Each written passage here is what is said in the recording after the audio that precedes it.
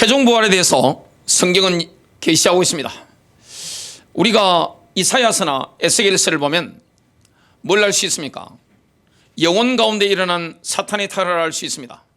우리가 사탄이 어떻게 타락했는지 알 수가 없잖아요. 왜냐? 보지 않고 듣지 않았기 때문에 그렇습니다. 그러나 이사야라는 선지자는 예수님이 오시기 700년 전의 인물인데 하나님이 계시하시니까 사탄이 이렇게 타락했구나. 에스겔도 마찬가지였죠. 그래서 하나님의 계시를 통해 그 놀라운 비밀을 알게 됐던 겁니다. 사도 요한도 마찬가지입니다. 지금 예수님이 성천하신 지 2000년이 됐습니다. 그러면 우리의 죽음과 부활 거의 2000년 차이가 나잖아요. 그 이후에 어떤 일이 일어납니까? 주님이 재림하시면 1000년 통치 이후에 최종 부활이 일어날 거 우리 어떻게 봅니까? 볼 수가 없잖아요. 그런데 사도 요한은 어떻게 했습니까? 직접 본 겁니다. 보지 않고는 이 요한계시록을 쓸 수가 없는 거죠. 이사야 선지자가 예수님의 십자가에 대해서 기록한 글들을 보면 신학자들이 그 이야기를 합니다. 보지 않고는 어떻게 이렇게 세밀한 기록을 할 수 있을 것인가? 본 거죠. 사도 요한도 본 겁니다. 저와 여러분이 몸의 부활을 경험할 걸 본 겁니다. 또 불신자들이 부활할 걸 본 겁니다. 오늘 이 말씀을 듣다 보면 왜 우리가 복음 전해야 되는가? 그 부분에 대해서 뼈저리게 마음에 새기게 될 겁니다. 우리의 소망은 오직 예수 그리스도밖에 없습니다. 여러분, 예수님은 우리를 위해 놀라운 일을 행하신 겁니다. 우리를 하나님께로 데려가시는 분이 누굽니까? 바로 예수 그리스도입니다. 그리스도를 믿는 자는 그리스도와 함께 죽었습니다. 그리스도와 함께 부활한 겁니다. 그게 에베소서 2장 6절에 나옵니다. 그리스도와 함께 하나님 우편에 앉아 있는 겁니다. 지금 우리가 이 땅에 발을 딛고 있지만 우리는 그리스도와 영적으로 연합한 상태입니다. 영적으로 영혼 가운데 들어가 있는 거죠.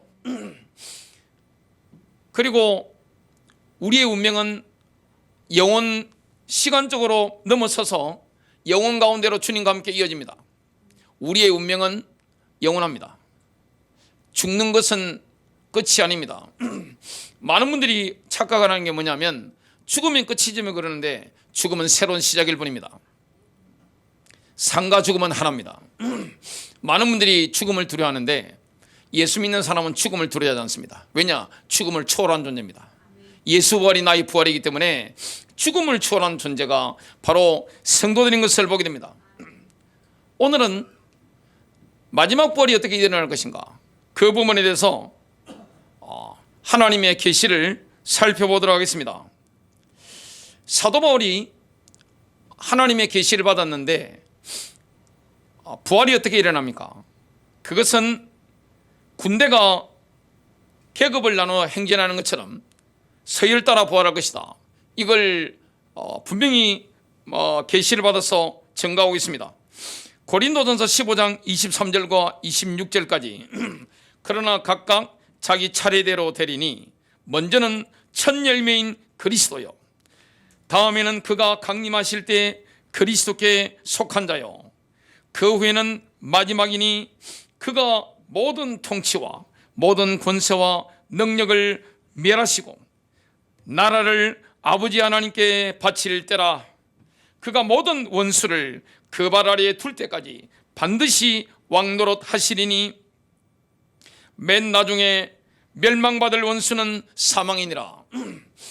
예수님이 다시 오신다고 성경은 계속 예언하고 있습니다. 예수님의 초림보다 재림에 대한 예언이 5배에서 6배 정도 많다고 신학자들은 일제히 다 이야기하고 있습니다. 그러면 예수님은 마지막 때 뭘로 오십니까? 왕으로 오십니다. 왕이 온다는 것은 뭘 가지고 오는 겁니까? 왕국을 가지고 오는 거죠. 그게 바로 그리스도의 왕국입니다. 하나님의 왕국이죠. 그때 놀라운 일이 일어난 겁니다. 예수님이 먼저 부활하셨죠. 서열이 가장 높으시니까. 그 다음에 누가 부활합니까? 그리스도 안에 잠든 자들, 그리고 이 땅에 살아남은 성도들 부활하게 됩니다.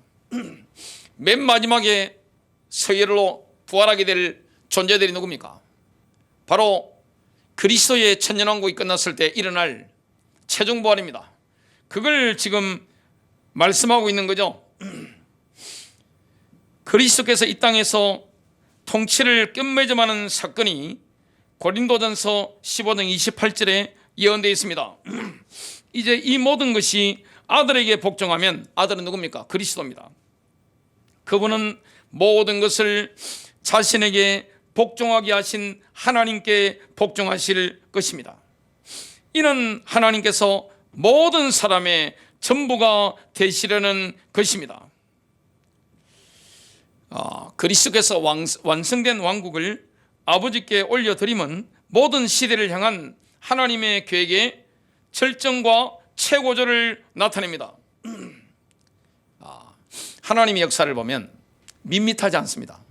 여러분, 주님이 하시는 일은 그냥 흐릿하고 밋밋하게 흘러가지 않습니다.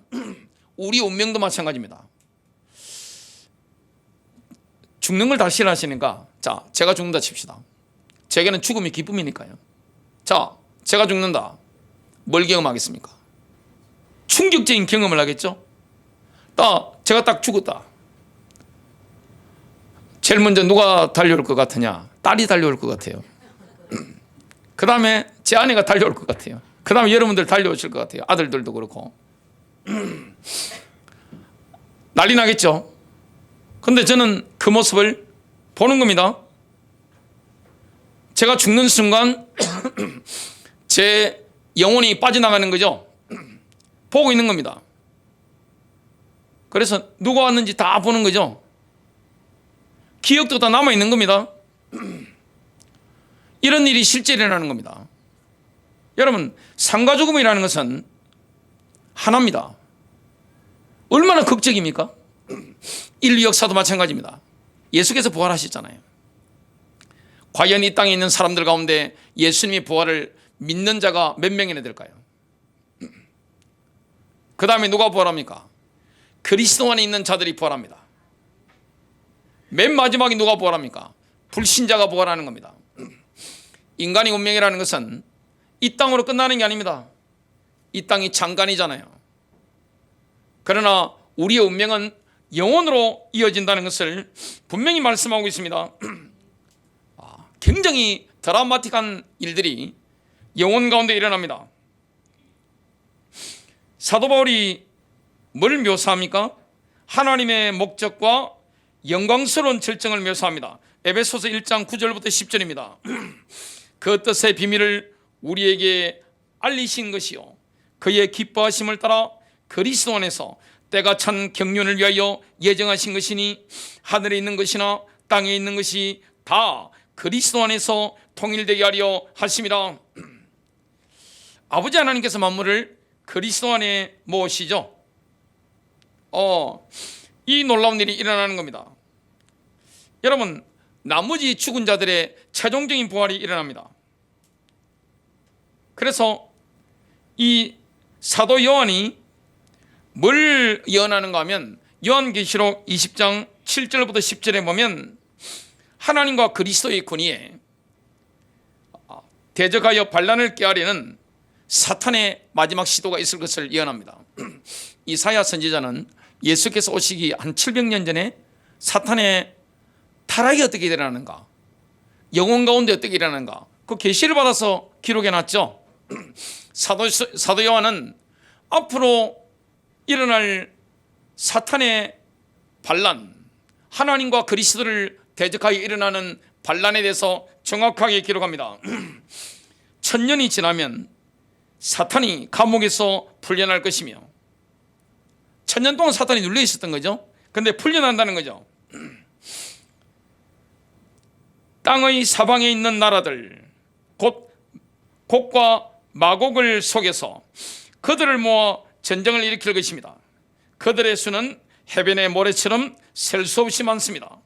그들은 땅의 넓은 곳으로 올라와 하나님의 백성의 진영과 하나님께서 사랑하시는 도시를 포위했습니다. 예루살렘을 포위하는 거죠. 그러나 하나님의 불이 내려와 그들을 태워버렸습니다. 그들을 속인 사탄은 짐승과 거짓 예언자가 있는 불과 유황못에 던져졌습니다. 거기서 그들은 밤낮으로 영원히 고통받을 것입니다. 여러분, 최종적인 부활이 일어날 것을 성경은 예언하고 있습니다. 수많은 불신자들은 유물론 사상에 물들어 있습니다. 물질이 다죠. 돈이 다고 눈에 보이는 물질이 답니다. 그러나 인간은 운명이 다릅니다. 인간은 영혼육을 가진 존재입니다. 이 땅에 인간 자체가 얼마나 고귀한 존재인지 모릅니다. 이 땅에서 우리 신자들은 하나님과의 은혜를 같이 누리죠. 하나님의 은혜를 누리죠. 그리스도의 연합을 누립니다. 하나님의 임재 속에 살아가죠. 그걸 보고 성령 충만이라고 합니다. 이 땅에서 하나님과 함께 하다가 죽으면 어떻게 됩니까? 하나님의 직접적인 임재 속에 들어갑니다. 이 땅에 누리는 하나님의 임재가 얼마나 큽니까? 병들었을 때도 기뻐하잖아요. 어떤 자매님이 죽으면서 암이 걸렸는데 죽으면서 뭐라 했느냐? 의사가 그랬습니다. 수술하면 조금 더 살고 수술 안 하면 조금 더 빨리 죽습니다. 안 하겠다 그런 겁니다. 어차피 죽는 거. 그러니까 죽어가면서 기뻐하며 죽은 겁니다. 그걸 간장을 제가 들었습니다. 뭡니까? 삶과 죽음은 하나입니다. 이 땅에서 우리는 아파도 기뻐하죠. 고통이 클수록 더 기쁘죠. 그게 하나님의 사랑입니다. 시련 가운데서도 기뻐합니다. 좌절 가운데서도 기뻐합니다. 누가 주시는 겁니까? 하나님이 함께 하는 겁니다. 이 땅에서 하나님의 백성이 눈물을 흘린다, 너무너무 슬퍼한다, 절망 가운데 빠져있다, 그때도 주님은 우리와 함께 합니다. 우리가 좋을 때만 함께 하는 게 아닙니다. 내가 가장 아쉬울 때, 하나님의 손길이 가장 필요할 때 이 땅에서 주님이 함께 합니다. 우리가 누구 이름을 부릅니까? 예수님의 이름을 부르면 하나님의 임재가 함께 합니다. 하나님은 영이시니 예비하는 자가 영과 진리로 예비할지니라. 이 땅에서요, 어디에 있든지 불교 신자가 예수 이름 불러도 주님은 만나주십니다. 무신론자가 예수를 불러도 주님은 만나주십니다. 그 어떤 죄인이라 할지라도 예수님을 부른다면 주님은 만나주십니다. 만나주실 뿐만 아니라 하나님의 임재가 넘쳐 흐르는 영적인 존재, 성령 충만을 사방으로 흘려보내는 생수강이 흐르는 존재로 만들어주시는 겁니다. 지금 제가 여러분에게 뭘 흘려보내고 있습니까? 성령의 임재를 흘려보내고 있죠. 강물을 흘려보내고 있죠. 여러분들이 저를 통해 지금 하나님 말씀을 듣고 있습니다. 저는 통로일 뿐입니다. 이 은혜를 주님이 이 땅에서 우리에게 주시잖아요. 제가 예수를 만나기 전에는 서마엘 제공원이 있었습니다. 지금도 저를 만나시는 분들이 인상 좋다고 늘 이야기합니다. 식당 가면 김밥 하나 시켰는데, 한 줄 시켰는데 홍어를 갖다 주시더라고요. 인상이 너무 좋다는 겁니다. 인자하다는 겁니다. 그런데 불신자 때도 제가 인상 좋다 소리 들었는데 늘 사람들 앞에 웃으니까, 웃는데 싱글레 번글레 하는데 마음은 우울한 거예요. 너무너무 허무한 거예요. 절망 가운데 있었던 겁니다. 그런데 그 고독하고 어두운 제 인생에, 제 영혼에 주님이 찾아오신 거예요. 그때 제가 회개하고 주님께 돌이키고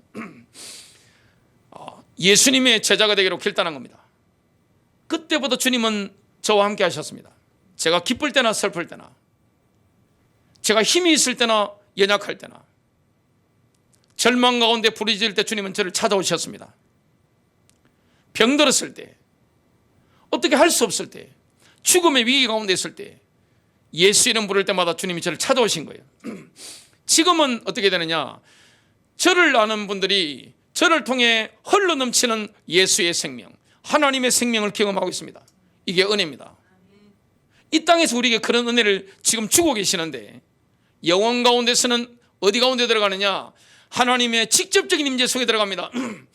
이 땅에서 우리가 하나님 임재를 누리는데 영혼 가운데서는 직접적인 임재를 누리는 겁니다. 얼마나 그 빛이 강렬하고 기쁘겠습니까? 모세가 하나님의 지시를 따라 성막을 만들었습니다. 성막을 보면 겉에서 보면 볼품없어요. 그러나 번제단을 지나고 물두멍을 지나고 성소에 들어가면 그 안이 너무 화려한 거예요. 대제사장이 1년에 한 번 지성소에 들어간다. 거기는 인공적인 빛이 아닌 하나님의 세키나가 있는 겁니다. 얼마나 강렬합니까? 얼마나 충만합니까? 그게 예수 믿는 사람의 인생입니다. 세상 사람들은 뭘 모릅니까? 예배를 드리면 밥이 나오냐 돈이 나오냐 그러는데 예배 잘 드리면 어떻게 되느냐? 인생의 전성기를 누리게 됩니다. 욥처럼 어제 저녁에 설교했죠? 그리고 하나님이 내 인생에 필요한 걸 다 공급해 주십니다. 이스라엘이 존재한다는 자체가 하나님이 살아계심의 증거죠. 저와 여러분에게 하나님이 이 땅에서 공급해 주신 은혜가 얼마나 큽니까? 우리를 생존케 하셨고 우리에게 형통을 주셨고 풍성함을 주시고 계시고 충만함을 주고 계신 분이 누구십니까? 바로 성삼위 하나님이십니다. 이런 주님과 우리는 영원을 보내게 될 겁니다. 근데 하나님을 거부한 사람들, 예수 그리스도의 십자가 부활의 능력을 믿지 않고 딱 거부한 사람들 어떻게 되느냐? 그들도 결국에는 최종적인 부활에 참여합니다. 그리스도의 왕국이 끝났을 때 불신자들이 부활하게 되는 겁니다. 자, 죽은 자들의 부활에 대해서 사도 요한이 계시를 받았습니다. 요한계시록 20장 11절부터 15절입니다. 그 후에 나는 큰 흰 보좌와 그 위에 앉아 계신 분을 보았습니다. 땅과 하늘은 그분 앞에서 사라졌고 어디서도 찾을 수 없었습니다.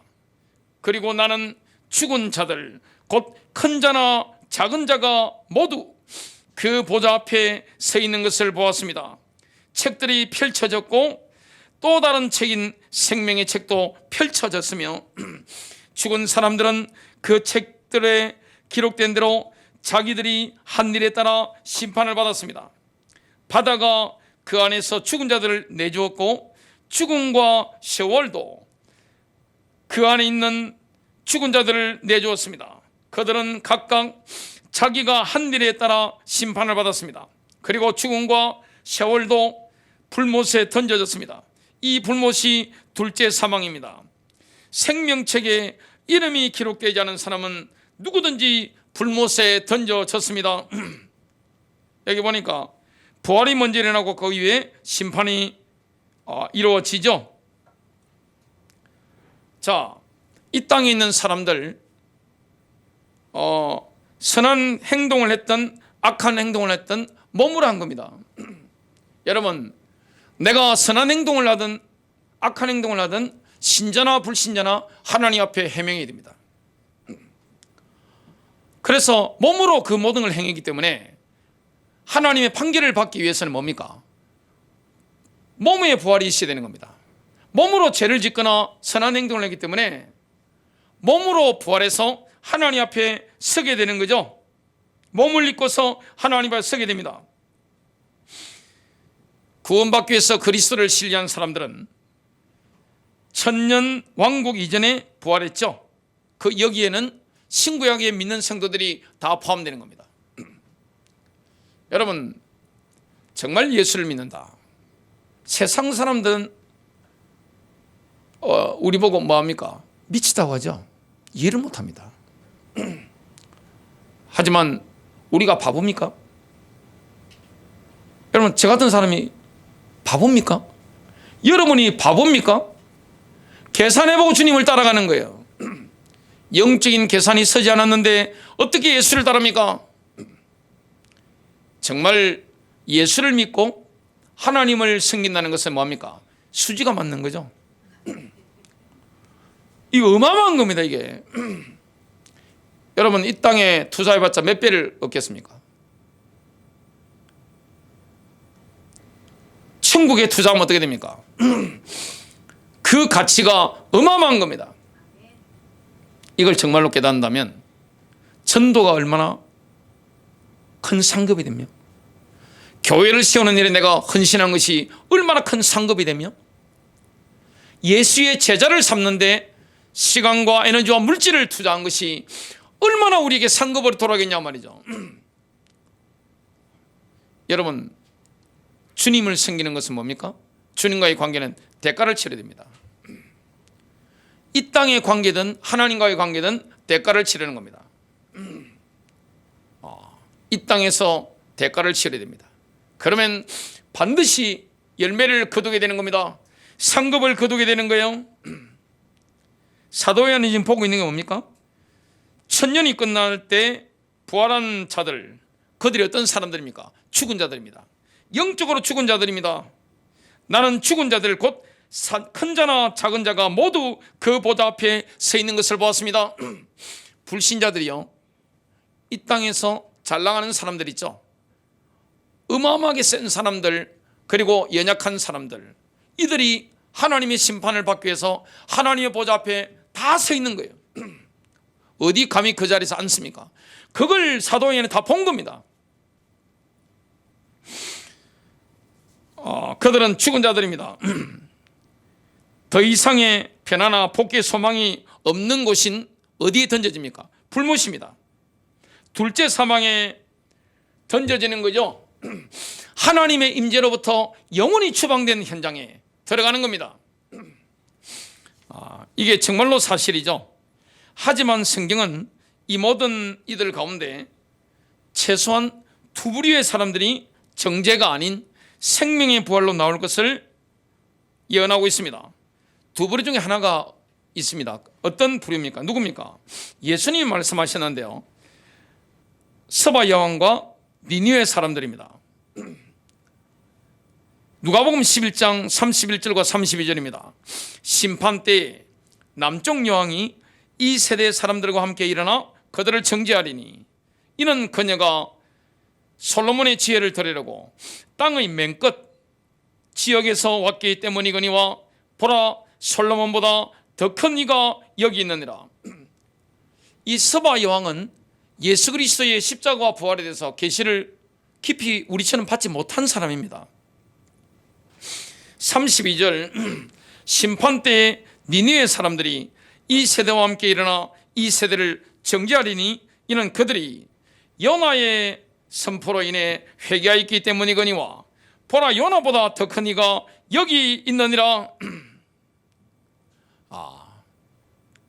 이들은 기회가 있는 겁니다. 그 남방 여왕과 니느웨 사람들과 같은 부류에 속한 또 다른 사람들이 존재할까요? 있다면 누가 있을까요? 만일 그런 사람이 있다면 얼마나 있을까요? 여기에 대해서는 성경은 침묵하고 있습니다. 그래서 말할 수가 없습니다. 최종적인 부활의 때에 정죄로부터 구원받을 두 번째 부류의 사람들이 있습니다. 그리스도께서 이 땅에서 통치하시는 기간 동안에 죽은 의인들입니다. 이사야서를 한번 봅시다.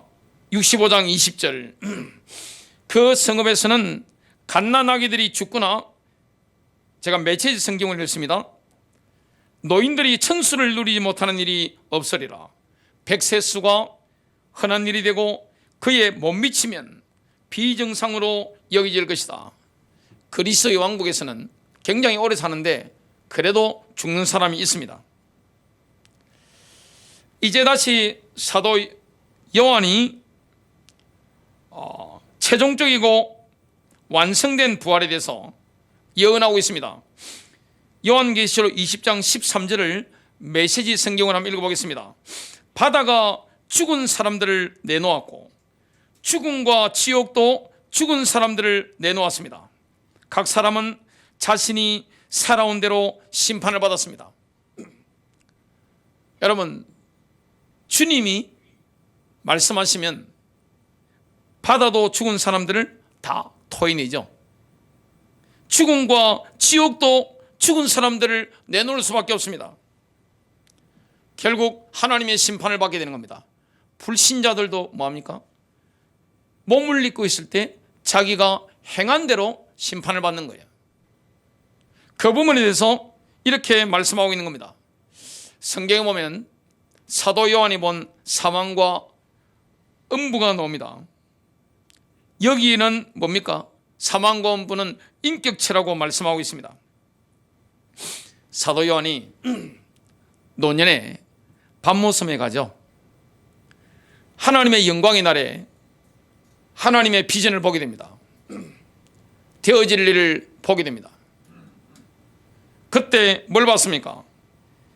4마리 말 탄 기사들에 대한 비전을 봤습니다. 이거는 뭘 말합니까? 사망과 음부의 진짜 본질이 뭔지에 대한 빛을 던져줍니다. 요한계시록 6장 8절입니다. 내가 보니, 사도 요한이 보고 있는 겁니다. 내 앞에는 창백하고 병든 것처럼 보이는 말이 있었습니다. 그 말의 탄 자의 이름은 죽음이었고 세월이 그 뒤를 따랐습니다. 음부죠. 음부가 세월이 그 뒤를 따랐습니다.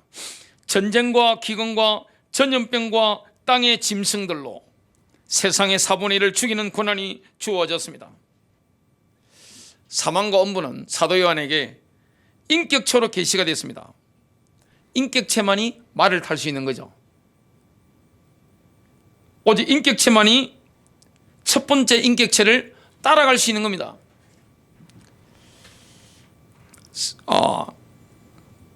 불신자가 죽을 때 뭐가 옵니까? 보이죠? 불신한 자는 죽을 때 눈에 보입니다. 대부분의 불신자가 봅니다.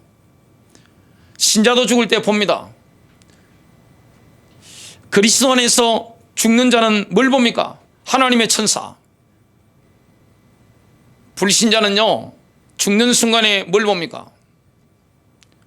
어둠의 천사, 어둠의 사자를 봅니다. 운명이 완전히 갈라지는 거죠. 그래서 우리는 그리스도 안에 있는 자가 복이 있다고 합니다. 저와 여러분에게는 뭐가 없습니까? 둘째 사망이라는 게 없어요.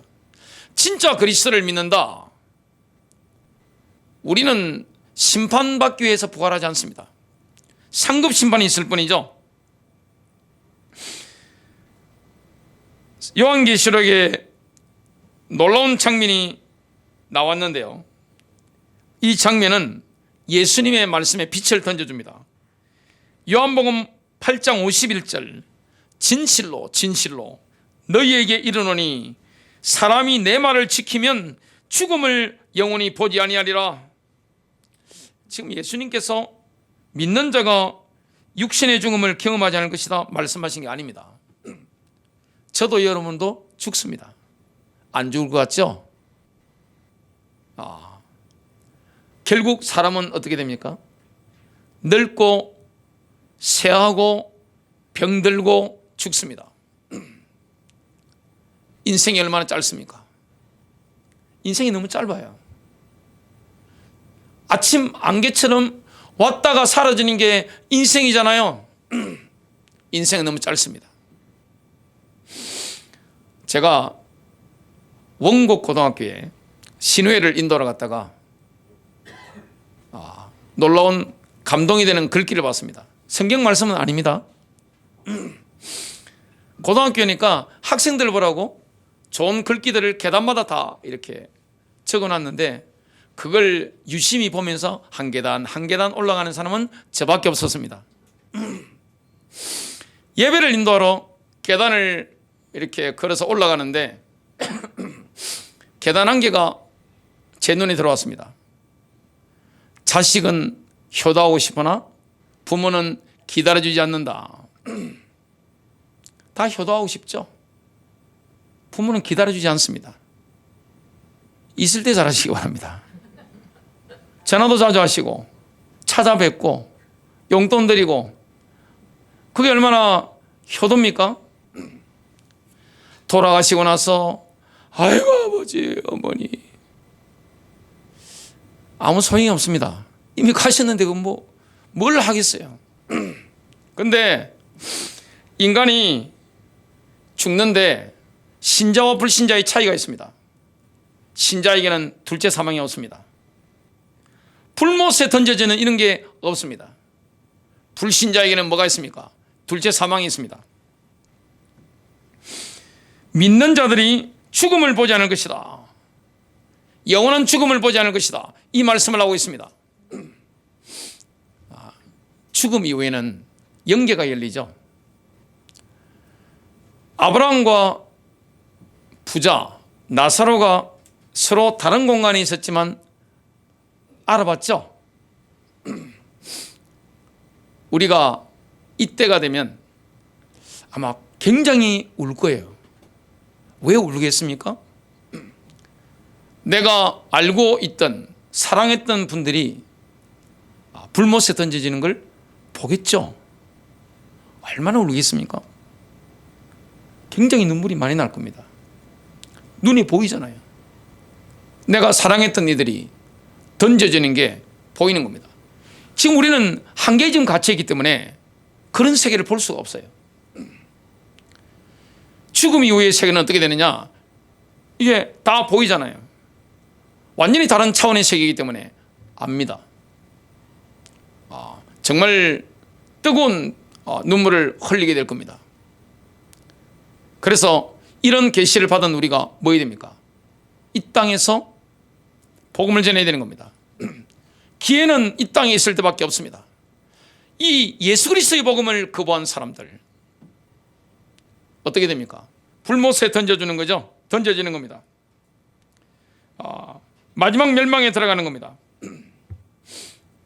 결론 맺겠습니다. 주님이 우리에게 이런 놀라운 계시를 주셨습니다. 저와 여러분은 이 땅에서 하나님의 임재를 누립니다. 슬퍼도 기쁘고 아파도 기쁘고 좌절 가운데서도 기쁘고 힘이 빠졌을 때도 기쁘고 이거는 혼적인 기쁨이 아닙니다. 위에서 영적으로 부어주시는 거죠. 기도 속에서 부어주시는 거죠. 만일 여러분들의 인생에 지금 기쁨이 없다. 기도를 안 하고 계신 겁니다. 다른 이유가 아무것도 없습니다. 기도 안 하는 거예요. 기도 생활이 없는 거예요. 지금 영적으로 숨이 깔딱깔딱 넘어가는 거죠. 제가 물이 빠져서 죽을 뻔했는데 수영을 못하니까 옛날에 숨을 못 쉬니까 내가 이러다 죽는구나 싶더라고요. 숨이 깔딱 넘어가는 그 상태는 뭡니까? 기도가 안 되는 상태입니다. 그런데 하나님과의 관계가 정상이라면 기도가 되고 있다면 어떻게 되느냐? 아파도 기쁩니다. 돈 없어도 기쁩니다. 외로워도 기쁩니다. 병들어도 기쁜 거예요. 물론 육신적으로 기쁠 때 더 기쁘죠. 그런 게 있습니다. 그런데 영혼에서는 어떻게 됩니까? 그리스도 안에 있는 사람들은 하나님의 직접적인 임재를 경험하는 겁니다. 거기는 뭐가 없습니까? 질병이 없습니다. 외로움이 없어요. 아픈 게 어디 있습니까? 그 나라에. 그 나라에 치매가 어디 있습니까? 불구자가 어디 있습니까? 완전한 하나님의 임재를 누리게 될 겁니다. 불신자는 어떻게 됩니까? 최종적인 부활에 참여하는데 심판을 받고 영원한 불못에 던져집니다. 둘째 사망입니다. 그때 우리는 보겠죠. 내가 아는 사람들이 던져지는 거. 이런 계시를 주님이 우리에게 주신 겁니다. 뭐 해야 됩니까? 복음 전해야 됩니다. 하나님 아버지 감사합니다.